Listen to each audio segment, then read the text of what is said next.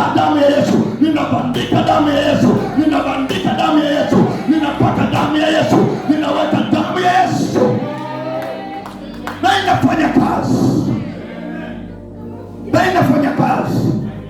Hakuna lisilowezekana.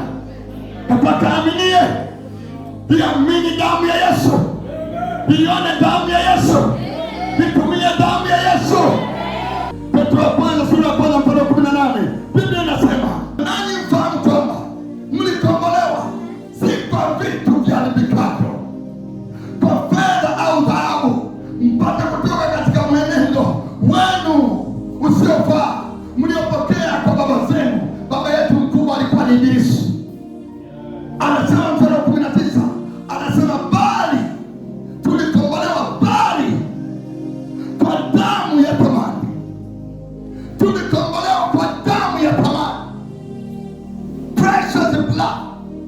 Tulikombolewa kwa damu ya thamani, kama ya mwana kondoo asiye na ila, asiye na waa, yaani ya Kristo.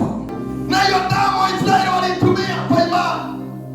Biblia inanieleza mstari wa 20, naye amejulikana kweli tangu zamani, kabla haijawekwa misingi ya dunia, lakini alifunuliwa mwisho wa zamani hizi kwa ajili yetu, kwa ajili yetu.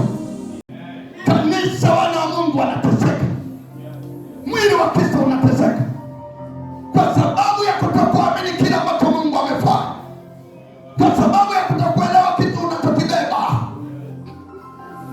Lakini ashukuriwe Mungu aliye hai, hautateseka tena.